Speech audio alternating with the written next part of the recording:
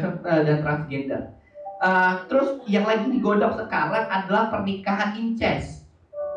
Incest itu pernikahan antar keluarga. Contohnya saya punya adik perempuan, saya boleh nikahin. Itu pernikahan incest. Dan itu lagi digodok untuk bisa dijadikan undang-undang. Nah, sebenarnya hal ini sudah lama rencana ini sudah lama, belum sudah di presiden sebelum-sebelumnya juga, tapi ditolak. Dan hari ini di tahun-tahun ini malah disahkan. Kalau ngomong tentang Amerika, yang ada di dalam benak saya itu Kristen loh. Kalau saya tanya Arab, dalam benak kita adalah Muslim, benar?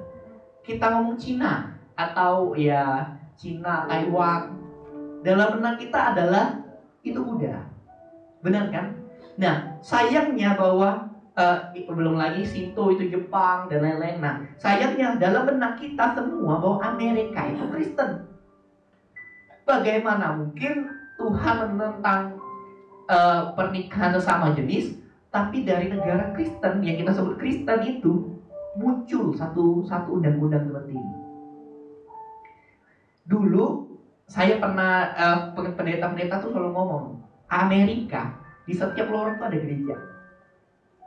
Di setiap daripada 50 meter ada satu gereja. Sekarang ada kan sulit menemukan gereja. Karena apa? Sudah berubah. Ada yang jadi kafe, ada yang jadi tempat sudah kayak seperti rumah. Tapi kekristenan di sana tidak seperti yang kita pikirkan selama ini. Mungkin inilah yang disebutkan oleh Tuhan yang terdahulu akan jadi yang terkemudian. Padahal di sisi lain, di Arab, di Cina, di tempat-tempat yang emang bukan basisnya Kristen, sekarang semua orang berbondong-bondong untuk jadi Kristen. Nah, ini sebenarnya interview saja, pemberitahuan bahwa Tuhan itu sudah sangat dekat dan prepare yourself, persiapkan dirimu. Dan ingat sekali lagi bahwa ini bukan masalah penghakiman Tuhan, pengadilan Tuhan itu ada dua. Kasih kalian mahkota atau dikasih yang namanya masuk ke neraka. Dan itu datangnya itu bukan berame-rame, datangnya satu-satu. Jadi prepare, oke? Katakan saya mau prepare untuk kedatangan Tuhan yang kedua kali. Kasih kiri kanannya, kasih tahu. Ya, kamu juga. Nah, bulan lalu kita bahas tentang impact. Saya akan tambahkan sedikit tentang impact. Kemarin kalau saya bagi tentang ada 3 konsep, 3 level, bahwa Kristen tuh harus jangan jadi yang baik, harus naik level. Jadi yang bagian anak-anak jadi dewasa, tidak boleh berhenti. Nah, ternyata di Matius 5 ayat 13 sampai 16 kita baca. Matius 5 ayat 13 sampai 16. Ini ada hubungannya dengan apa yang kita akan bahas di hari ini tentang yang namanya the player. Matius 5 ayat 13 sampai 16. Semua bawa Alkitab, amin. Iya, ada Alkitab besar di belakang. Kita baca bersama-sama. Ayat 13-nya cewek, 14-nya cowok. 15 cewek gitu, yang ke-16 cowok. 2, 3.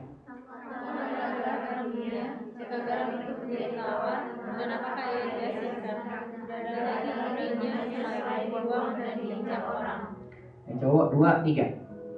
Kamu adalah terang dunia. Kota yang terletak di atas gunung tidak mungkin tersembunyi.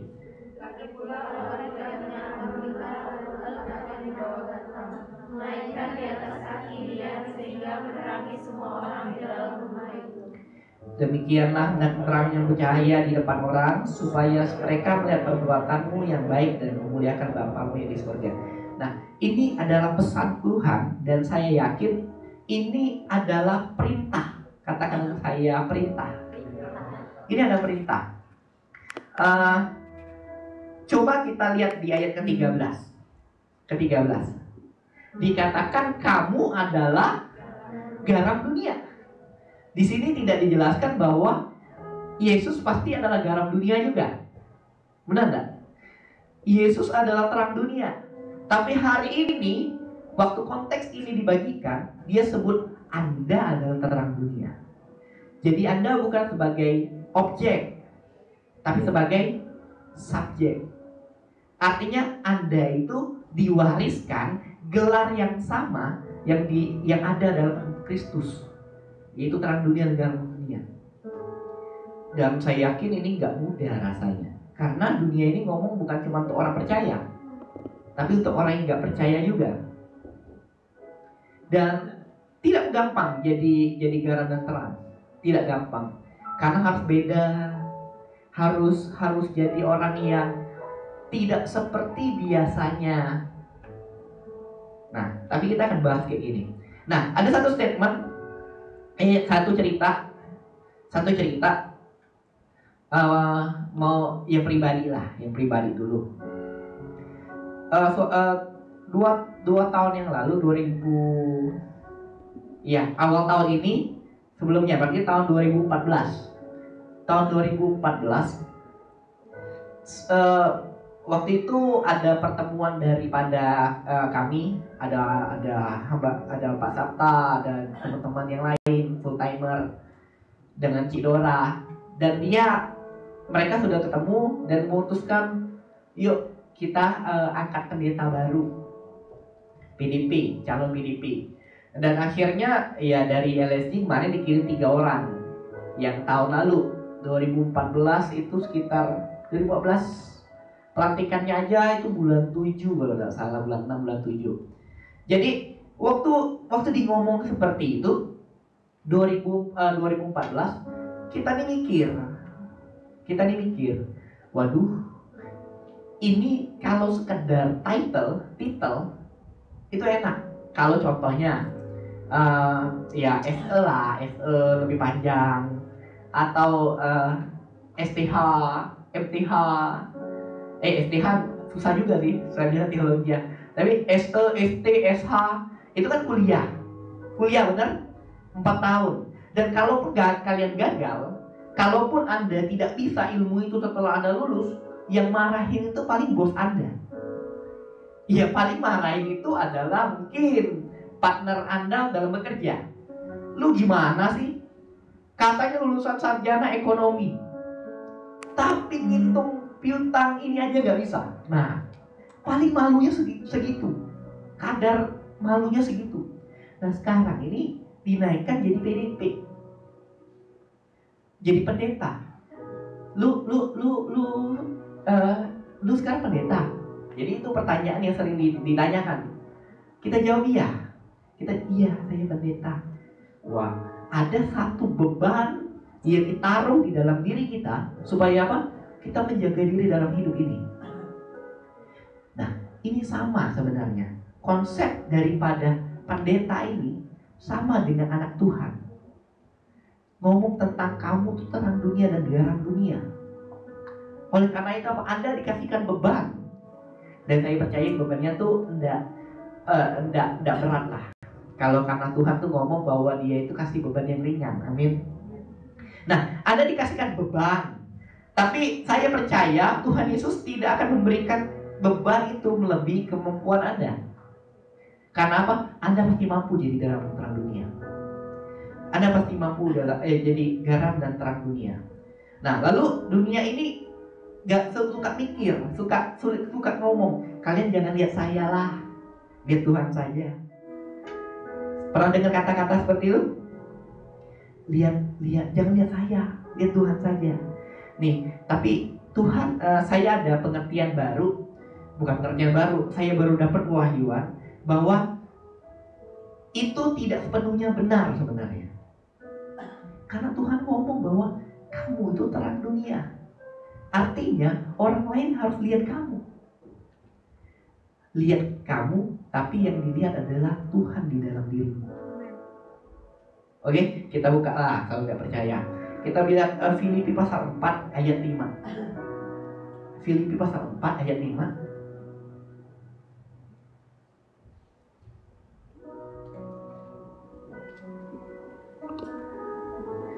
Dikatakan Paulus tulis ini, lalu dia ngomong gini, biarlah semua orang tahu bahwa kamu lemah lembut dan baik hati. Tuhan akan datang segera. Tuhan sudah dekat. Hendaklah kebaikan hatimu diketahui semua orang. Tuhan sudah dekat. Hendaklah kebaikan hatimu diketahui semua orang. Tapi konteksnya ini yang ditarik bahwa wah, saya ini orang yang baik hati. Itu bukan, itu sombong namanya. Karena apa? Orang dunia, orang yang belum percaya, loh Tuhan Yesus aja mereka gak kenal. Mereka gak tahu. Kamu mau ngomong Tuhan Yesus, mereka gak tahu. Yang mereka tahu apa? Anaknya Tuhan Yesus. Ada Tuhan Yesus gak di sini? Nah, itu yang dilihat oleh orang dunia. Makanya dikatakan di Matius 5 ayat 16, demikian hendaknya terangmu bercahaya di depan orang. Kota yang ada di atas bukit tidak mungkin tersembunyi. Artinya ada yang dilihat. Kota yang ada di gunung tidak mungkin tersembunyi. Ayat 16, demikian hendak terangmu bercahaya di depan orang. Nah, tapi untuk orang-orang yang sudah percaya, orang-orang yang sudah percaya, yang jelas bahwa kita tidak boleh sombong, benar tidak? Itu yang benar. Tapi kalau untuk orang yang belum percaya, gimana kenali Tuhan Yesus? Dari terang yang ada padamu dan garam yang ada padamu. Katakan amin. Nah, saya ada ayat 16 ini ada versi terjemahan lain, lebih gampang. Kalau teman-teman punya Alkitab mungkin bisa download lebih dari satu Alkitabnya. Yang biasa kita baca ini terjemahan baru. Ya, terjemahan baru. Sebelumnya ada terjemahan lama. Tapi yang biasa sekarang kita pakai ini terjemahan baru dari LAI. Nah, tapi ada banyak versi Alkitab. Bukan artinya beda, bukan. Tapi membantu kita supaya lebih ngerti tentang Alkitab. Nah, saya ada versi VMD. VMD ini versi mudah dibaca. Jadi kalau baca Alkitab ini seperti cerita. Ya, seperti cerita. Nih. Demikianlah kamu harus menjadi terang bagi orang lain, supaya orang lain dapat melihat yang baik yang kamu perbuat, sehingga mereka memuliakan Bapamu yang di surga. Artinya sama aja. Tapi satu hal yang saya senang sekali dengan ayat ini adalah supaya orang lain dapat melihat yang baik, bukan yang buruk. Yang baik yang kamu perbuat. Jadi ini ngomong tentang sesuatu yang baik yang kita perbuat. Kita perbuat. Oleh karena itu harus dilihat oleh orang dunia. Karena manusia itu melihat rupa dan memandang harta. Percayalah. Hanya Tuhan yang melihat hati. Benar? Kalau tidak percaya kita buka ayatnya. Dosa bukan. 1 Samuel 16 ayat 7. 1 Samuel 16 ayat 7. Manusia itu melihat rupa dan memandang harta, tapi tidaklah. Orang-orang di sini semuanya tidak melihat rupa dan memandang harta. Amin. Oke. Jadi kita sudah ada konsep seperti Kristus. Nah, ini ceritanya tentang Samuel disuruh Tuhan cari raja. Cari raja di anak Isai, panggil satu-satu. Nah, lalu muncullah kakaknya Eliab, yang pertama, yang kedua, yang ketiga, sampai yang ketujuh. Akhirnya Daud yang terpilih. Nah, satu ayat ini ngomong kayak gini. Tetapi berfirmanlah Tuhan kepada Samuel, janganlah pandang parasnya atau perawakan yang tinggi. Samuel pikir bahwa, bukan Samuel ini, Nabi Samuel berpikir bahwa perawakan yang tinggi, perawakan yang pandang parasnya, paras itu wajah. Gantengnya dalam bahasa aslinya ini karismanya. Dalam karisma itu tidak menjadi alasan Tuhan untuk memilih raja, ternyata. Nah, tapi sebab aku telah menolaknya, bukan yang dilihat manusia. Nah, Tuhan ngomong bahwa kita ini kadang mandang paras dan tinggi, melihat apa yang di depan mata, tetapi Tuhan melihat di dalam hati. Nah, dari ini bisa ditarik kesimpulan kadang manusia itu melihat juga apa yang di depan mata. Benar nggak? Simpelnya lah, ketika Anda pergi ke Anda pilih pasangan lah, biasanya berkriteria kan? Kriteria. Emang wajah tidak dimasukkan ya? Jangan dimasukkan. Tapi Anda pengen punya ada gambaran bahwa aku pengen punya kekasih cewek yang tidak lebih tinggi dari saya. Benar nggak? Ada sesuatu yang Anda tambahkan dalam kriteria itu kan? Atau setidaknya dia punya subpipit. Benar? Nggak. Aku suka yang pesek, imut. Atau yang agak sawo mateng. Iya, sawo mateng. Kalau sawo pucet itu mentah, belum bisa dimakan. Jadi sawo mateng harus. Nah, ada konsep di mana manusia tuh melihat daripada apa yang dilihat, melihat apa yang di depan mata. Nah, tapi Tuhan ngomong bahwa kita harus melihat bukan yang nampak, tapi tidak ada yang nampak. Tapi saya berdoa biarlah anak-anak di sini melihat bahwa anak-anak Tuhan di sini melihat bahwa sesuatu yang tidak kelihatan itu ternyata lebih penting daripada yang kelihatan. Saya ini kadang sedih juga kalau dengar kadang satu teman, ada beberapa orang cerita, si itu tidak pergi ke gereja lagi loh. Karena apa? Karena dia kecewa sama Tuhan, dan dia memutuskan dia berpikir bahwa Tuhan itu sesuatu yang tidak kelihatan dan tidak ada. Terus ada lagi yang ngomong bahwa saya tidak ke gereja lagi, saya ibadahnya nggak hari Sabtu malam Minggu dengan hari Minggu, saya ibadahnya hari Jumat siang, atau saya ibadahnya di hari yang lain, bukan di gereja lagi. Karena apa? Ada wowok ganteng, dia care banget. Aku lapar dibawain makanan, aku pulang kehujanan dia kasih helm dan mantelnya supaya aku nggak kehujanan, tapi dia yang kehujanan. Waduh. Nah, padahal benar kan apa yang dilihat mata kan?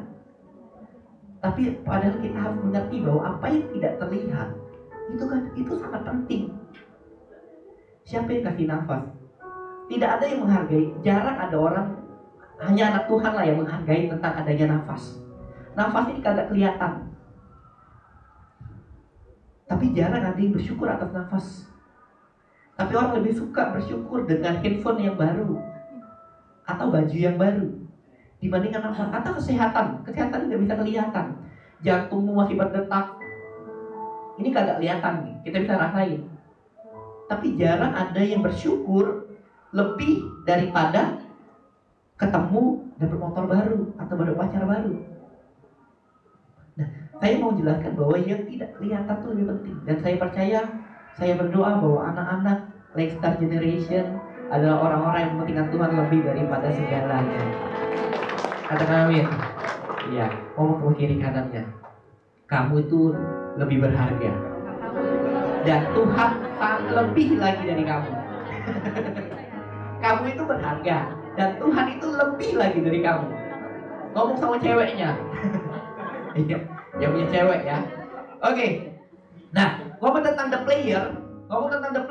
Kalau nonton pertandingan sepak bola, itu kadang yang paling seru itu bukan pemainnya, tapi adalah penontonnya. Benar.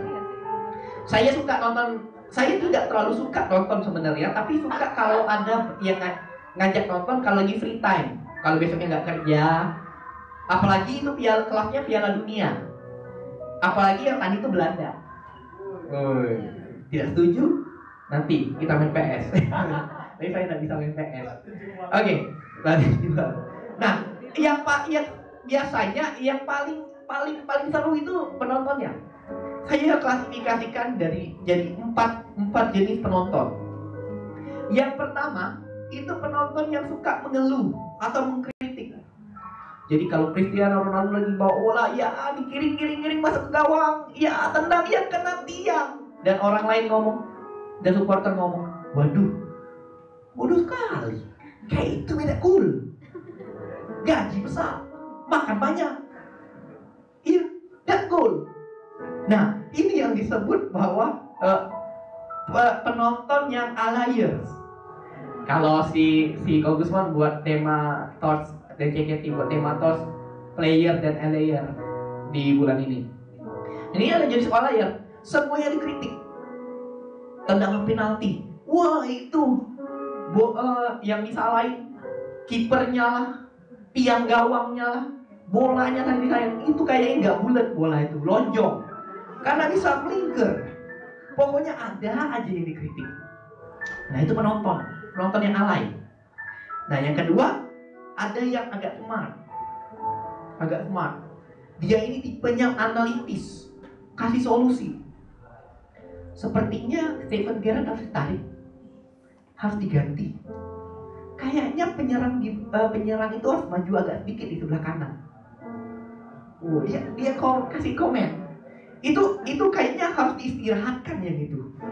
Karena sudah capek, cedera. Yang di cadangan itu kayaknya lebih bagus main. Nah, dia sudah ada solusi. Wah, solusi. Ayo. Nah, terus ada juga yang selalu positif. Dia tidak komentar. Pokoknya mau jelek, mau bagus, ini patriotik ini. Kalau mau bagus, mau jelek, MU tetap pilihanku. Wow, biasa ya. Itu yang patriotik. Mau gagal, tidak apa-apa. MU tetap yang juara.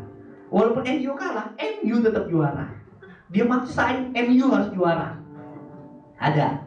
Nah, ada versi keempat yang paling horor sebenarnya. Kalau nonton bola diam aja. Gol sebelah kiri sudah banting meja, popcorn sudah jatuh, dia diam aja. Itu antara ngelamun atau dia lagi kebingungan apa yang lagi ditonton. Jadi, nah saya ini tipenya kayak gini. Karena saya tidak terlalu seperti yang emosional, pakai luapan emosi yang dukung. Jadi kalah menang itu sama aja, gue nggak dapet apa-apa. Nah kayak gitu. Jadi kalau gue ya biasa aja. Bagus sih.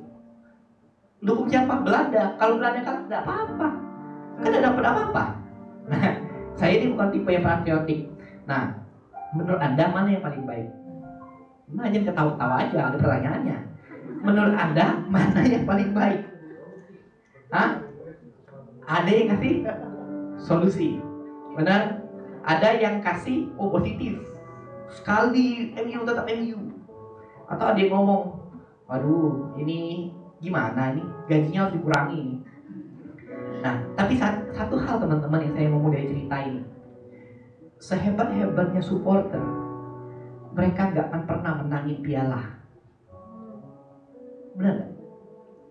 Mau supporter kelas apapun, mereka tidak akan pernah mendapatkan pegang piala dunia. Karena yang pegang piala dunia itu cuma pemainnya. Pemainnya cadangan, duduk di bench dari menit pertama sampai 89. Setidaknya dia tetap jadi pemegang piala. Ya sedikit lah pegang, walaupun bukan yang ngangkat, tapi megang nyentuh jadilah. Penonton cuma lihat. Nah, untuk memudahkan Anda, saya kasih ilustrasi. Saya encourage teman-teman untuk dari ilustrasi ini. Saya ada 3 amplop. Ini bukan saya minta persembahan dari Anda, tapi karena amplopnya ini adalah persembahan perpuluhan. Tapi percayalah, saya tidak. Ini hanya sekedar ilustrasi. Nah, Anda percaya sama saya, amin? Percayalah sama saya. Saya ini tidak boleh bohong. Apalagi kalau saya berdiri di sini, saya tidak boleh bohong. Di dalam sini ada hadiah. Ya, lewatlah makan malam sekali. Yes. Ya tergantung makannya. Indomie pun itu makan malam. Oke, jangan tanyakan ya. Nah, di sini ada 3 amplop. Nah, 3 amplop. Dan 3 amplop ini saya ngomong bahwa ada konsekuensinya.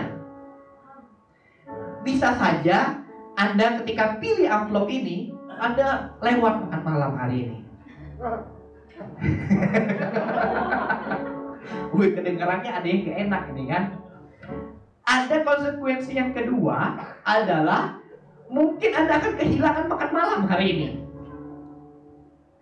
Dan konsekuensi ketiga, mungkin Anda tidak terjadi apa-apa dalam hidup Anda hari ini. Nah, ada 3 amplop. Saya ini selalu kasih kesempatan. Oke? Saya selalu kasih kesempatan. Wah, yang mau langsung maju ke depan. 3 orang. Nah, woi. Kalau ini saya sudah tebak, pasti maju. Wah, ye. Ada lagi? 3 orang pelan. Nah, yang maju sudah maju, yang mau maju. Ayo.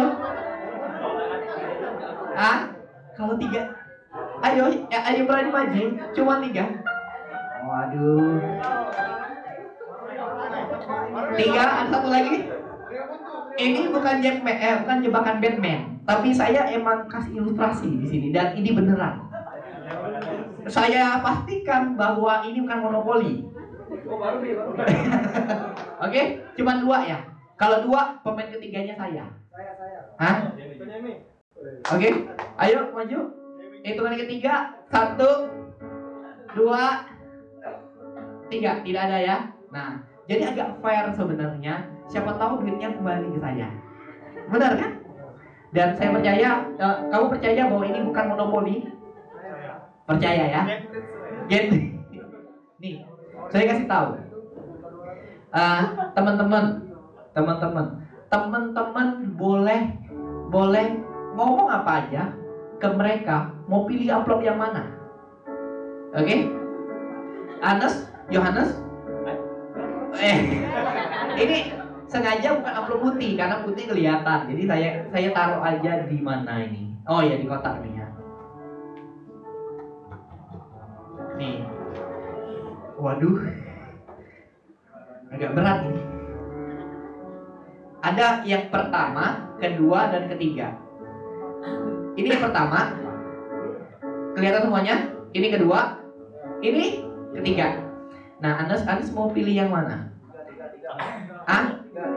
Kamu nih, karena ini kenapa Anes yang duluan? Karena Anes yang maju duluan, ya. Siapa suruh maju kedua, apalagi ketiga? Tidak ada pilihan. Yang pertama adalah kamu yang kedua. Michael? Pertama ya. Kamu mau jadi yang pertama kan? Oh iya. Oke. Nah, masalahnya saya tidak tahu yang mana yang ada dan saya juga ikut main. Nah, kita mau perjanjian deh. Oke. Nah, yang ada sebenarnya ada 3 ini. 3 ini hanya ada 1 yang isi. 1 yang isi, satunya kosong sama sekali. Dan yang ada yang satunya lagi itu ada tulisan bukti persembahan. Kan ini kan games, oke? Permainan.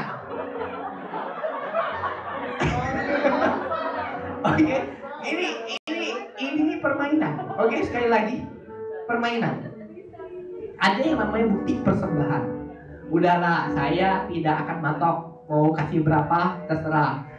Kasih 1.000, kasih 2.000. Tapi kalau mau kasih 15.000, 20, 100.000, 1 juta silakan. Ini tidak saya terima ya. Tidak saya terima, nanti masukin aja di persembahan. Oke, nih teman-teman. Yang satu tadi si Michael, yang kedua Yohanes, dan yang ketiganya saya Bandi. Nah, teman-teman sekarang saya kasih Anes kesempatan untuk nanya sama penonton atau sama dengan orang yang paling dipercaya lah. Mungkin ada peramal-peramal di sini, ada yang bisa dengar suara Tuhan mungkin. Ada? Ayo, Nas, kamu mau nanya atau enggak? Nah, coba. Mau tanya siapa? Masalahnya saya juga nggak tahu. Oke. Tanya audiens lah. Saya juga pemain soalnya. Ya, yang mana? Jadi dompet. Kebetulan saya nggak bawa dompet, jadi ada salah. Jadi Tetap dengan pilihan saya. 2. Michael mau tanya kakaknya? Kakaknya mau kasih berapa? Tidak mengenali.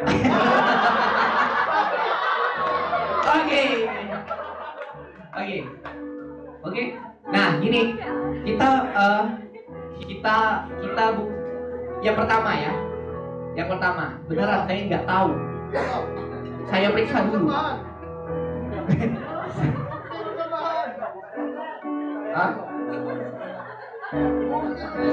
Saya mau tahu dulu yang mana soalnya, beneran. Waduh, tak cekli.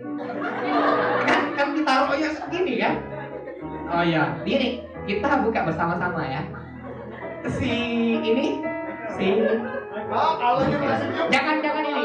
Jangan dibuka dulu. Yang kedua, tepuk tangan dulu buat teman-teman yang berani.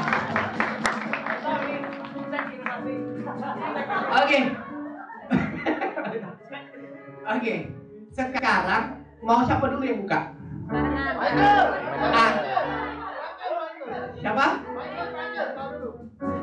Siapa? Michael aja lah ya. Karena satu, 2, 3, benar? 1, silakan buka. Tunjukin teman-temannya.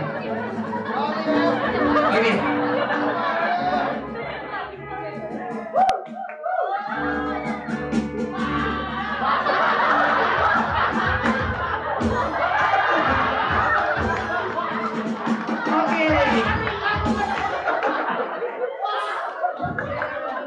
Oke, udah? Oh ya, silakan duduk Kal. Nah, siapin tolong ya, itu amplopnya sudah disiapin. Wah, untung. Selamat kita. Yang kedua, Johannes, boleh buka.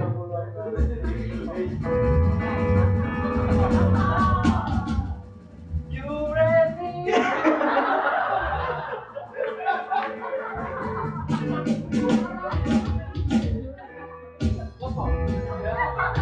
Nah, untuk membuktikan bahwa saya tidak berbohong, ini bukan sulap, oke?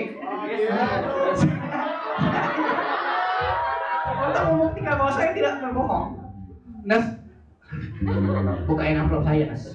Tapi jangan ditunjukin ya. Kamu lihat dulu, ada nggak? Oke, saya kasih 1 lembar aja dulu ya. Nah, kelihatan nggak? Nah, ini ada berapa lembar? Berapa lembar, Mas? Yang tidak lah. Oke, silakan duduk. Terima kasih.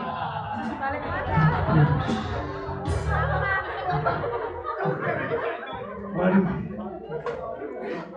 Lewat kan malam. Teman-teman, saya kasih ilustrasi ini gini. Emang ketawa ya, tapi saya kasih tahu. Sehebat-hebatnya Anda nggak akan punya kesempatan seperti mereka yang bisa dapat tidur makan malam. Karena apa? Anda nggak coba. Anda bisa katain yang gagal. Anda bisa kata, tapi sebenarnya dia lebih dekat dengan hadiah itu ketimbang Anda. Jangan menyesal. Benar? Dia lebih dekat dengan hadiah itu ketimbang Anda. Nah, ini masalah duit sebenarnya. Coba ini masalah kekekalan. Ini masalah kehidupan. Coba masalah kehidupan. Ada banyak hal yang Tuhan sudah sediakan. Anda bisa memilih untuk jadi supporter. Pilih ini, pilih A, pilih B, pilih C. Atau kalian bisa ketawain yang kalah. Of course. Tapi setidaknya Anda tidak akan pernah lebih dekat daripada apa yang ditawarkan. Karena orang yang berusaha itulah yang bisa hanya pemenang. Pemenang itu hanya orang yang ikut pertandingan. 1 Korintus 9 ayat 24 sampai 26. Ya, saya harus cepatin lagi. 1 Korintus 9 ayat 24 sampai 26.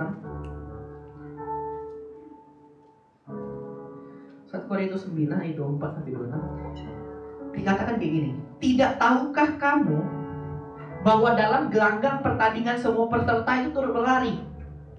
Nah, di sini dikatakan bahwa semua orang itu ikut lari. Semua orang itu ikut lomba. Karena apa? Tetapi hanya satu orang saja yang mendapat hadiah, yaitu saya tadi. Oke? Karena itu larilah begitu rupa sehingga kamu memperolehnya. Ayat selanjutnya, tiap-tiap orang yang turut, nah di syaratnya, tiap-tiap orang yang turut mengambil bagian dalam dirinya, dalam pertandingan, menguasai dirinya dalam segala hal. Mereka berbuat demikian untuk memperoleh suatu mahkota yang fana. Lomba bulu tangkis mungkin cuma dapat duit dan duit itu bisa habis. Lomba sepak bola dapat piala, mungkin piala itu juga bisa berpindah karena piala bergilir. Bisa juga di tempat Anda, tapi ketika Anda meninggal, Anda juga akan bawalah sampai ke kuburan boleh. Oke? Tetapi kita, anak-anak Tuhan, itu bukan berlomba untuk hal seperti itu. Boleh berlomba, silakan. Tapi kita lagi berlomba, yang kita hadapi sekarang adalah untuk sesuatu yang abadi. Selanjutnya, sebab itu aku tidak berlari tanpa tujuan dan aku bukan petinju yang sembarangan saja memukul. Saya tidak bahas tentang harus disiplin, harus training karena ada waktunya sangat singkat. Tapi saya kasih tahu bahwa orang dunia aja tahu sebenarnya kalau mau dapat piala itu harus ikut pertandingan, harus ikut yang namanya kompetisi, sehingga apa? Mereka bisa dapat yang namanya piala. Apa yang mereka tujuan mereka lari bukan asal lari-lari di pinggir lapangan, tapi mereka tahu tujuannya adalah dapat satu piala. Nah, kita ini adalah the player-playernya Tuhan. Artinya ada sesuatu yang harus kita kerjakan. Kemarin saya ngomong tentang impact ngomong tentang jadi punya buah. Saya tidak bahas lagi tentang buah karena sudah nanti saya kesempatan lain karena nggak sempat waktunya.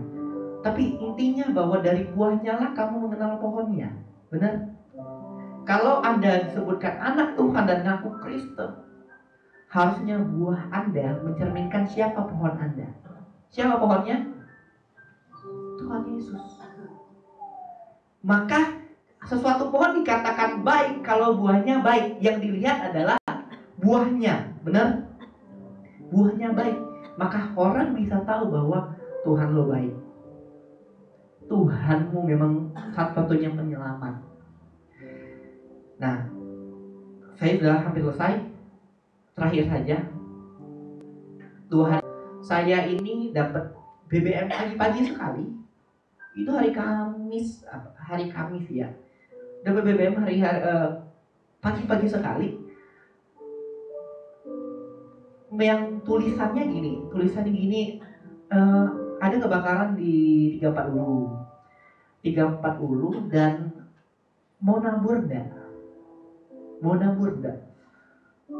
Kerjaan kita kan banyak sebenarnya ya. Tapi mungkin kalau mau mikirin diri sendiri juga banyak.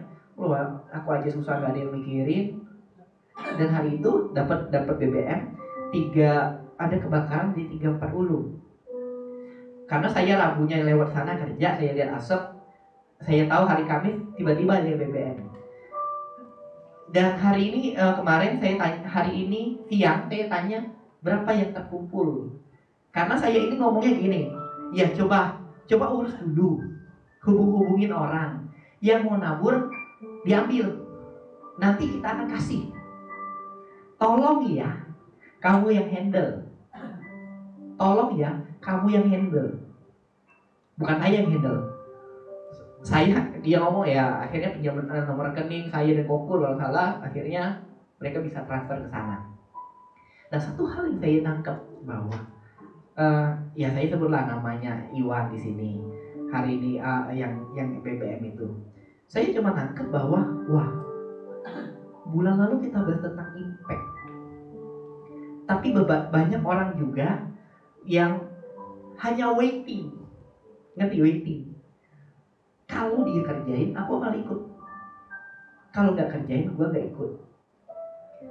Oh ya, ada aksi pengumpulan dana. Yang saya nangkep bahwa wah, orang ini mau jadi player. Dan player yang bukan cuma ngomong.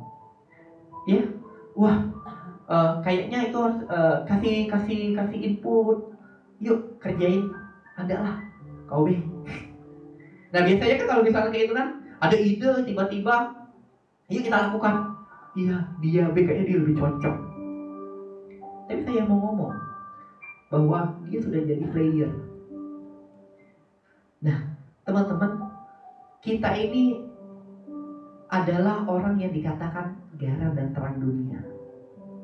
Garam dan terang dunia. Anda adalah subjeknya. Anda harus jadi orang yang kejar daripada apa yang abadi itu. Amin. Satu statement terakhir, Anda berbuat baik itu bukan untuk Anda selamat.